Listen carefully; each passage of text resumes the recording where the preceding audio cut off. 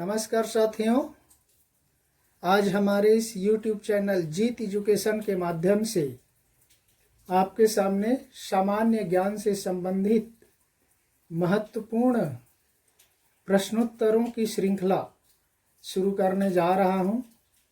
इसमें आपके सामने 27 प्रश्न प्रस्तुत हैं। इसमें भी टाइमर का प्रयोग किया गया है जो 5 सेकंड का है और इसके माध्यम से आप अपने ज्ञान की जांच कर सकते हैं। आप अपने आप को परख सकते हैं कि आप कितना जानते हैं। तो चलिए चलते हैं प्रश्नों की श्रृंखला की ओर। आज का पहला प्रश्न है, प्रशासनिक सुधार आयोग का संबंध किससे है? आप अंदाजा लगाते चलिए और करेक्ट उत्तर बताइए।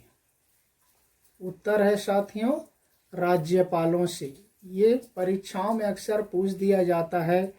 ये राज्यपाल और मुख्यमंत्री के संबंधों पर आधारित था प्रशासनिक सुधार आयोग। चलते हैं दूसरे प्रश्न की ओर। राजमन्नार समिति का संबंध किससे है? अक्सर परीक्षाओं में पूछ दिया जाता है। उत्तर हो जाएगा साथियों स नंबर, प्रशासनिक संबंध और वित्तीय संबंध। केंद्र और राज्यों के मध्य प्रशासनिक संबंध और वित्तीय संबंध स्थापित करने के लिए, सुदृढ़ बनाने के लिए राजमन्नार समिति का गठन किया गया था। तीसरे प्रश्न की ओर चलते हैं। सरकारिया आयोग का संबंध किससे है?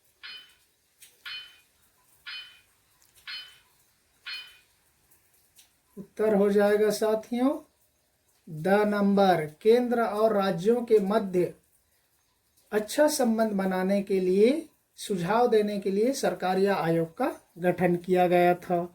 चलते हैं चौथे प्रश्न की ओर। अंतर्राज्यीय परिषद का संबंध संविधान के किस अनुच्छेद से है? आप अंदाजा लगाते चलिए। उत्तर हो जाएगा साथियों स नंबर, अनुच्छेद 263 में अंतर्राज्यीय परिषद के गठन के संबंध में प्रावधान है। चलते हैं पांचवें प्रश्न की ओर। अंतर्राज्यीय परिषद का गठन कब हुआ?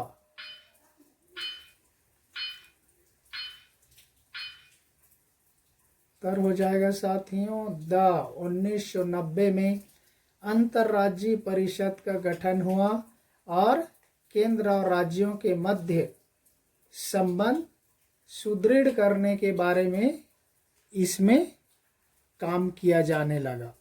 आइए चलते हैं छठवें प्रश्न की ओर। संविधान के किस अनुच्छेद में वित्त आयोग के गठन का प्रावधान है? ये अक्सर पूछ दिया जाता है परीक्षाओं में। वित्त आयोग, उत्तर हो जाएगा साथियों अनुच्छेद 280 में वित्त आयोग के गठन का प्रावधान है। चलते हैं सातवें प्रश्न की ओर। वित्त आयोग के प्रथम अध्यक्ष कौन थे? बहुत इजी प्रश्न है लेकिन कठिन प्रश्न है। उत्तर हो जाएगा साथियों केसी नियोगी। अक्सर परीक्षाओं में पूछा जाता है वित्त आयोग के प्रथम अध्यक्ष। और वर्तमान में वित्त आयोग के अध्यक्ष कौन है ये आपको अगले प्रश्नों में मिलेगा। चलते हैं आठवें प्रश्न की ओर। 14वें वित्त आयोग के अध्यक्ष हैं। उत्तर हो जाएगा साथियों the number Y B Reddy. चौथे वित्त आयोग के अध्यक्ष थे और ये अप्रैल 2020 तक था। चलते हैं 9वें प्रश्न की ओर। 15वें वित्त आयोग के अध्यक्ष हैं। देखिए उत्तर हो जाएगा साथियों NK सिंह। और वर्तमान में अप्रैल 2020 के बाद 15वें वित्त आयोग ही चल रहा है, क्योंकि 14वें वित्त आयोग अप्रैल 2020 तक था। अभी अगस्त 2020 है, इसलिए 15वें वित्त आयोग चल रहा है और इसके अध्यक्ष हैं एन के सिंह, ये लेटेस्ट है, इसको ध्यान रखिए। चलते हैं 10वें प्रश्न की ओर। राष्ट्रीय विकास परिषद का गठन कब हुआ? उत्तर हो जाएगा साथियों ब नंबर 1952 में हुआ था। चलिए 11वें प्रश्न की ओर। राष्ट्रीय विकास परिषद का अध्यक्ष कौन होता है?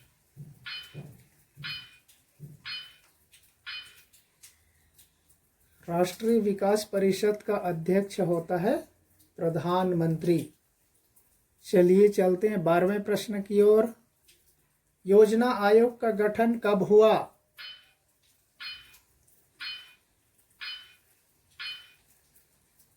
उत्तर हो जाएगा साथियों ब नंबर 1950 में योजना आयोग का गठन हुआ। और देखिए चलते हैं 13वें प्रश्न की ओर। योजना आयोग का नया नाम क्या है?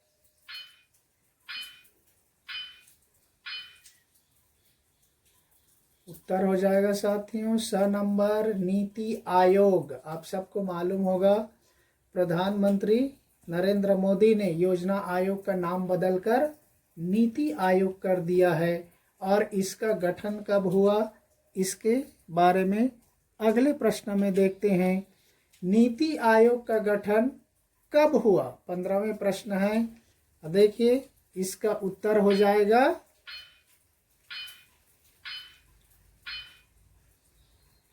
ब नंबर 1 जनवरी 2015 में नीति आयोग का गठन हुआ। अर्थात नरेंद्र मोदी ने 2014 में प्रधानमंत्री पद की शपथ लिया और जनवरी 15 में योजना आयोग का नाम बदलकर नीति आयोग कर दिया।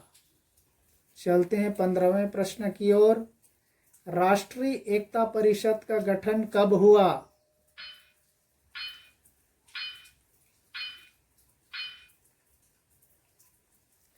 उत्तर हो जाएगा साथियों स नंबर 1961 में राष्ट्रीय एकता परिषद का गठन हुआ। चलते हैं 16वें प्रश्न की ओर। निर्वाचन आयोग का गठन कब हुआ?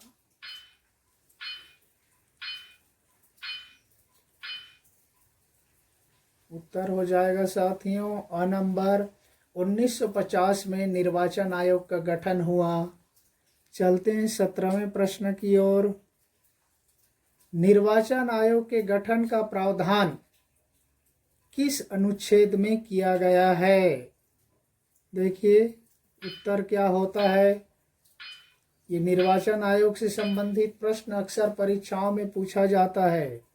अनुच्छेद 324 में निर्वाचन आयोग के गठन का प्रावधान है। चलिए 18वें प्रश्न की ओर। भारत के प्रथम निर्वाचन आयुक्त कौन थे? अक्सर परीक्षाओं में पूछा जाता है।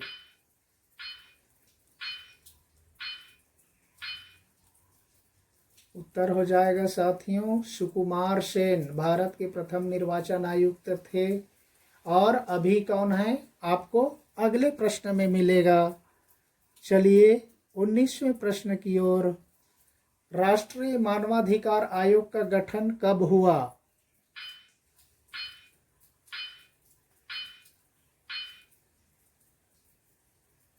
उत्तर हो जाएगा साथियों द नंबर 1993 में राष्ट्रीय मानवाधिकार आयोग का गठन हुआ है। चलते हैं 20वें प्रश्न की ओर। संघ लोक सेवा आयोग का गठन कब हुआ? आप सबको मालूम है संघ लोक सेवा आयोग भारत सरकार के सभी बड़े पदों पर इसके माध्यम से नियुक्ति की जाती है। तो इसका उत्तर हो जाएगा साथियों द नंबर 1926 में हो गया था। और इसको 1935 के अधिनियम के द्वारा भारत सरकार ने स्वीकार किया। चलते हैं 21वें प्रश्न की ओर। संघ लोक सेवा आयोग का प्रावधान संविधान के किस अनुच्छेद में किया गया है?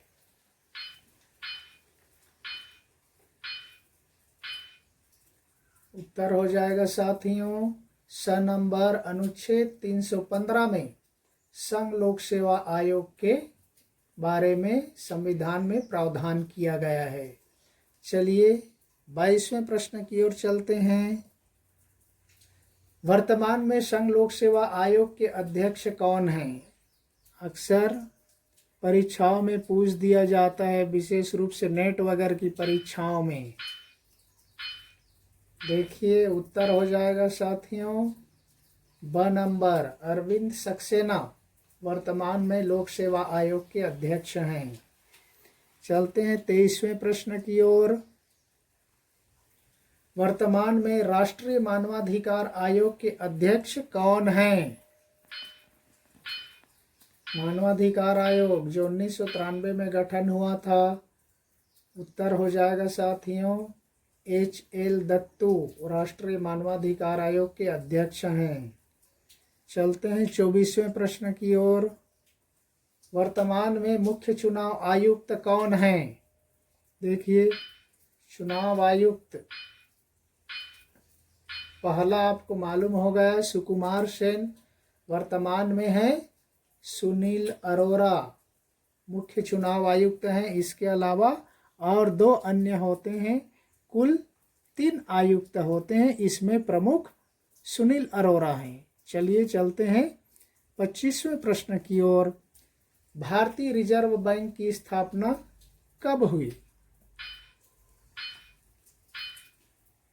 उत्तर हो जाएगा साथियों ब नंबर 1935 में भारतीय रिजर्व बैंक की स्थापना हुई। और सबको मालूम है इसका हेडक्वार्टर, इसका मुख्यालय कहाँ है? मुंबई में है। वर्तमान में सभी देश के जितने भी बैंक हैं इस बैंक से जुड़े रहते हैं, इसलिए भारतीय रिजर्व बैंक को बैंकों का बैंक भी कहा जाता है। इसका एक और प्रश्न बनता है किस बैंक को बैंकों का बैंक कहा जाता है? तो उत्तर हो जाता है भारतीय रिजर्व बैंक। इसका मुख्यालय है मुंबई में और इसके अध्यक्ष आपको गवर्नर अगले प्रश्न में मिलेंगे। 26वें प्रश्न देखते हैं। वर्तमान में भारतीय रिजर्व बैंक के गवर्नर कौन हैं?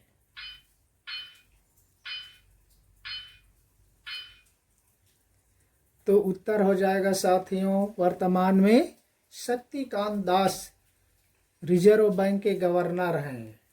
और इसके पहले था उर्जित पटेल। उर्जित पटेल के इस्तीफा देने के बाद शक्तिकांत दास को रिजर्व बैंक का गवर्नर बनाया गया है। और इस तरह से इसमें एक और प्रश्न पूछ दिया जाता है 1 रुपये के नोट पर, फिलहाल आजकल तो कोई 1 रुपये का नोट नहीं निकल रहा है, लेकिन पिछले समय में 1 रुपये का नोट निकलता था, उसमें किसके हस्ताक्षर होते थे? तो उसमें होता है भारत सरकार के वित्त सचिव का हस्ताक्षर होता है, रिजर्व बैंक के गवर्नर का नहीं। बाकी जितने भी नोट होते हैं सभी में रिजर्व बैंक के गवर्नर के हस्ताक्षर होते हैं, साइन होते हैं, एक्सेप्ट 1 रुपये के नोट पर भारत सरकार के वित्त सचिव के हस्ताक्षर होते हैं। ये अक्सर परीक्षाओं में पूछ दिया जाता है ये प्रश्न। आइए चलते हैं आज के 27वें और अंतिम प्रश्न की ओर। संविधान संशोधन की प्रक्रिया संविधान के किस अनुच्छेद में है?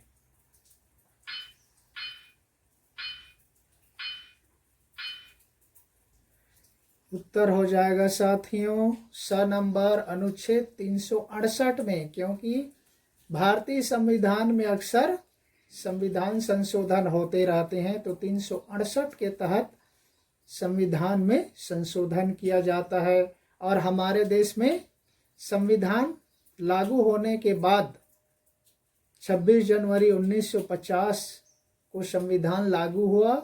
उसके बाद पहला संशोधन 1951 में ही हो गया इसी प्रक्रिया के तहत। और इसके अलावा जो नीति आयोग का अध्यक्ष होता है वह प्रधानमंत्री होता है, नीति आयोग का अध्यक्ष, जिसको पिछले में संविधान में नाम दिया गया योजना आयोग। ये वास्तव में संवैधानिक निकाय नहीं है, इसको संवैधानिक संस्था नहीं माना जाता। योजना आयोग को, नीति आयोग को, ये एक सामान्य रूप से प्रशासनिक संस्था मानी जाती है, संवैधानिक नहीं माना जाता। तो इस तरह से हमारा प्रश्नों का क्रम यहीं पर समाप्त होता है। फिर किसी वीडियो में मिलेंगे, तब तक के लिए धन्यवाद।